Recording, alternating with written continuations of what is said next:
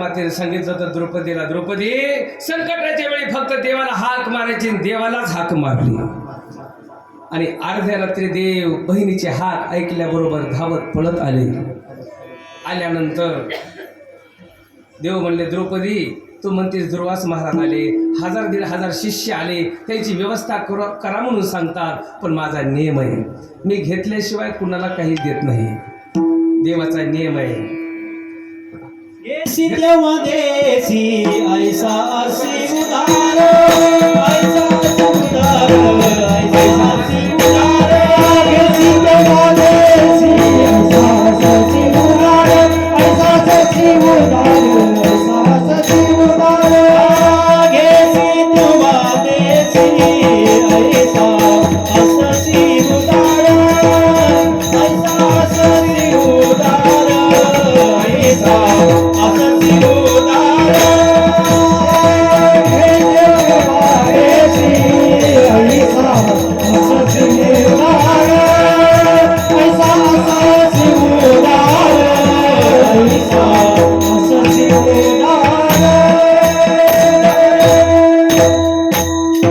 घेसी तेव्हा देसी ऐसा असी उदार, ऐसा असी उदार, ऐसा काय सांगू देवा तुझे कृपणाचे द्वार. आता महाराजाला एवढे देतात अन्न बरं का, एवढं आमच्या महिला मंडळीने भरभरून धान्य दिलं शिवपुराणाला. खरंच सांगा, महाराजांना भरभरून दिलं. अगोदर पहिली भावना देवाला दिलं, देवाला दिलं म्हणून महाराजाला मिळालं. पण देव बघतो माझ्यासाठी कोण कोण काय देतो. पण माणसं देवाला बी फसवायला निघाली. माणसं माणसाला फसवतात, पण माणसं देवाला बी फसवायला लागली. एक माणूस माणसालाच फसवीत होता. आता देवाला फसवणारे हिरण्य कश्यपू, हिरण्याक्ष, ते बाणासूर, हे राक्षस होऊन गेले देवाला फसवणारे. पण माणसाला फसवणारे माणसंच आहेत आपल्यासारखे. एका ग्रस्ताला 3 मुली होत्या.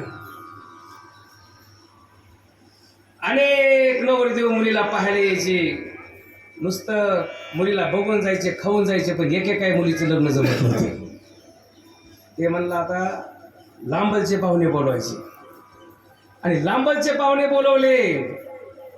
पाहुण्याने सांगितलं, आमच्या इकडे आले अगोदर मुलगी बघून घेण्याची पद्धत आहे.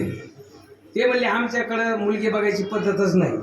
आमच्या इकडे पाहुणे मंडळी जेवत असताना मुली वाढायला येतात आणि मुली वाढायला आल्या की मग पाहुण्याने मुलीला पाहून घ्यायचं. ठीक आहे, काही हरकत नाही. 3 मुली होत्या आणि सुंदर पुरणपोळ्याचा स्वयंपाक केला, त्याच्यामध्ये कढीसुद्धा केली. आज एकादशी, काही लोकांनी काल एकादशी धरली म्हणून एकादशीवाल्याने त्या कढीकडे बघायचं नाही. शिवभक्ताची काल एकादशी झाली. दादा 12 महिने तसंच आहे बरं का. शिवभक्ताच्या ज्या एकादशी आहेत ती पहिली एकादशी धरतात. आणि यावर्षी तर पंचांगामध्ये असा घोटाळा झाला आहे, महाराष्ट्रातल्या कोण्याच माणसाला कोडं सुटलं नाही. डायरेक्ट आळंदीपर्यंत फोन लागले. एकादशी सोमवारची करायची का रविवारची करायची. पांडुरंग महाराज भुले बाबाचे ते विद्यार्थी रामी इकडं आपले विष्णू महाराज, आता बाजीराव महाराज जवळ करायच्या गाडीवर बसले, त्यांना काल फोन लावला. म्हणलं बाबा एकादशी करायची तरी कोणती. ते म्हणले इकडे बी तसंच झाले, काही काल लोकांनी केलं, काही आज लोकांनी केलं. नानाला सांगितलं. नाना म्हणले असं करू, जेवणाऱ्याला जेवण, फराळ करणाऱ्याला फराळ, म्हणजे पुन्हा चर्चा होत नाही, चर्चा करायला नको. आणि महादेवाचे जेवढे भक्त आहेत तेवढे 12 महिन्याची एकादशी जे धरतात देवा, ती पहिलीची एकादशी धरतात. शैव भक्त जे आहेत पहिली एकादशी, आणि वारकरी जे आहेत ते दुसरी एकादशी. म्हणून कोणी कालची धरली, कोणी आजची धरली. जेवणामध्ये अनेक पदार्थ केले, त्याच्यामध्ये कढी केली आणि पाहुणे जेवू लागले. काही पाहुण्यामध्ये बोलण्याची पद्धत असते. आमचे मित्र परमस्नेही या ठिकाणी विकासनामा वर्तमानपत्राचे संपादक बालासाहेब महाराज फपाळ या ठिकाणी आले. ते कुठे बी गेलं की कुणाच्याही बाजूने बोलणार, आवाज उठवणार, प्रत्येकासाठी उभेच आहेत. ते अर्ध्या रात्री आमची मोटरसायकल जरी पंक्चर झाली, अण्णा तरी आम्ही त्यांनाच फोन लावतो, पंक्चर झाली लगेच घेऊन येतात, घेऊन जातात. त्यांच्याकडे ऑटो होता 3 चाकी, रात्री 1-1 वाजता 1:30 वाजता ऑटो घेऊन यायचे, आमची मोटरसायकल घेऊन जायचे. आणि आता मी प्रत्येक महाराजासाठी अर्ध्या रात्री फोन लावायचा. बाळासाहेब महाराज फोपाळला महाराष्ट्रामध्ये जिथं असतील तिथून ते धावत पळत येते. दोघंच येतेत म्हणून नाव त्याचं आम्ही घेतो. बोलणारे माणसे बोलणारे.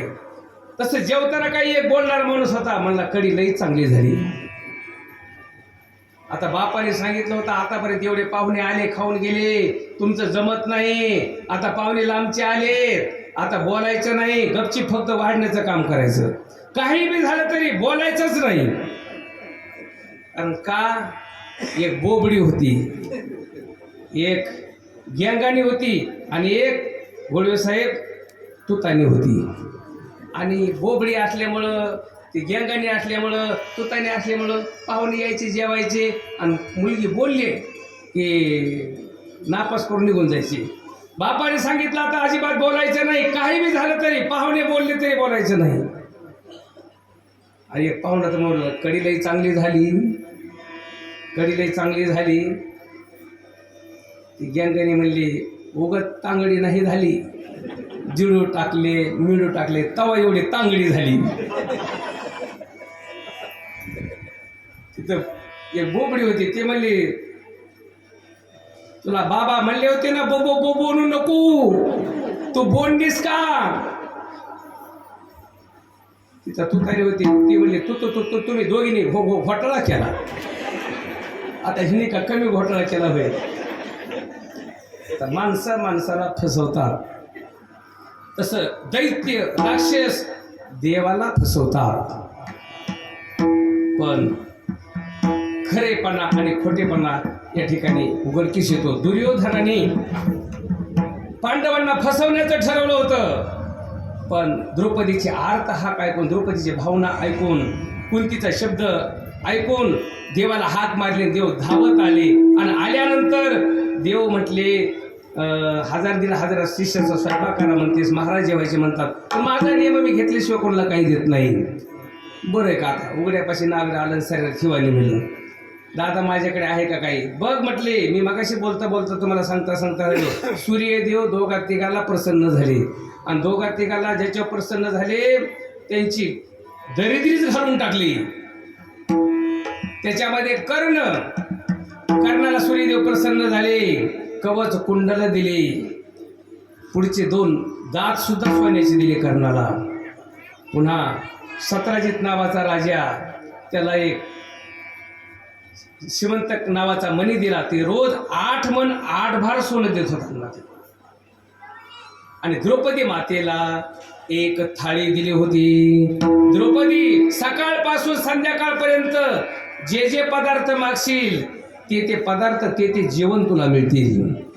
पण सकाळ सूर्य निघाला की सगळं जेवण मिळायचं संध्याकाळपर्यंत. पण एकदा सूर्य अस्तमनाला गेला, पांडवाचा नियम सूर्य अस्तमनाला जाण्याच्या वेळेला जेवणं आणि थाळी धुवून स्वच्छ उभी करून ठेवणं. थाळी स्वच्छ करून उभी करून ठेवली होती. आता जेवण मिळणार नाही हे दुर्योधनाला माहित होतं आणि अर्ध्या रात्री जेवायला मागतात. बघ म्हणले काहीतरी असं. एक भाजीचं पान चिकटलेलं होतं आणि तेच भाजीचं पान खाल्लं. काय देवा घरी न मिळायची अन्न, मागे भाजी पान द्रौपदीशी.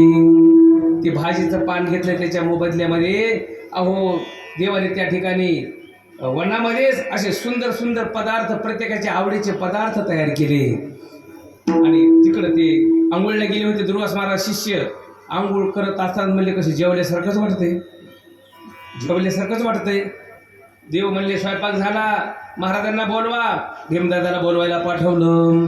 दुर्वास महाराज म्हणले भीमा म्हणलो होतो जेवायचं पण नको वाटतंय, जेवायला पोट भरल्यासारखं वाटतंय. भीमदादा म्हणले एवढं केलेलं कोण खाणार आहे, तुमचा आजा खाईल का? आणि सगळ्याला धरू अन्न बसवलं आणि बळच खाऊ पिऊ घातलं त्या ठिकाणी. मला हे का सांगावं लागलं की देवाला हाक मारल्याबरोबर देव अर्ध्या रात्रीला येतो. तसं कुर्मदासाने पांडुरंगाला हाक मारल्याबरोबर देव तर आलेच आले, पण रुक्मिणी आई साहेब सुद्धा आल्या. देवाचे भक्त वेगळे आणि रुक्मिणीचे भक्त वेगळे. बघा, रुक्मिणीचा एक भक्त परिसाद नावाचा भागवत होऊन गेला. त्या परिसा नावाचा भागवत होऊन गेला. त्याचं नाव का पडलं? भागवतच होतं तो मामा. पण त्याला रुक्मिणीची उपासना केली त्याने आणि रुक्मिणीला म्हणू लागला तो, आई किती बी कमवलं तरी खायलाच पुरत नाही मला.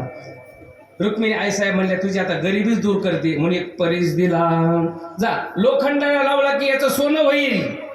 आणि तो परिसा भागवत तो खूप श्रीमंत झाला.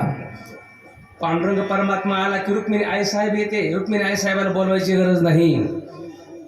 आणि कुर्मदास डोळे झाकून देवाचं भजन करत होता. विठ्ठल विठ्ठल विठ्ठल विठ्ठल विठ्ठल माझा माझा माझा माझा माझा विठ्ठल माझा मी विठ्ठलाचा माझा माझा माझा माझा माझा विठ्ठल माझा मी विठ्ठलाचा.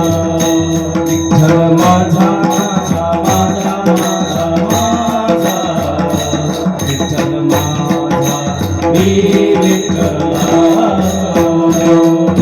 माझा माझा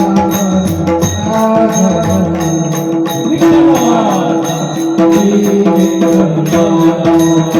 हे विठ्ठल माझा विठ्ठल माझा मी विठ्ठलाचा. विठ्ठल माझा विठ्ठल माझा मी विठ्ठलाचा. विठ्ठल माझा विठ्ठल माझा मी विठ्ठलाचा.